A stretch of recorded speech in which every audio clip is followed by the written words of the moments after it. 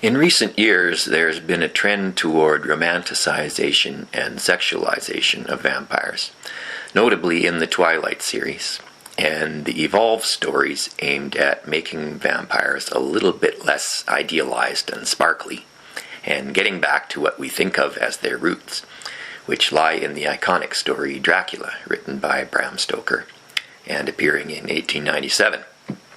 However, there's only so far you can go in desexualizing something that's named after a guy named Vlad the Impaler. At the time, the vampire story was sexualized and romanticized somewhat from what it had been.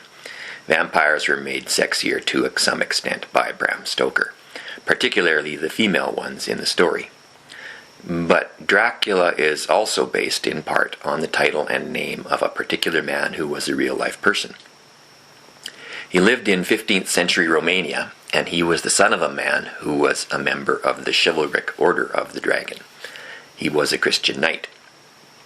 Drac means dragon, specifically in Romanian, and there's also a portion of the word Dracula that's a definite article. That is, it means the dragon.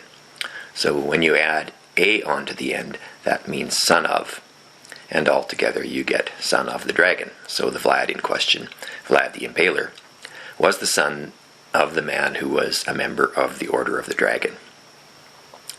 To say then that his name means devil is a bit of a stretch, because Drac also refers to a general class of creatures that includes devils. However, vampire stories are often about characters doing things that are encouraged by the serpent in the Garden of Eden, which might contribute to the tendency to see the original person that gave some of the substance to Dracula as being a sort of devilish figure.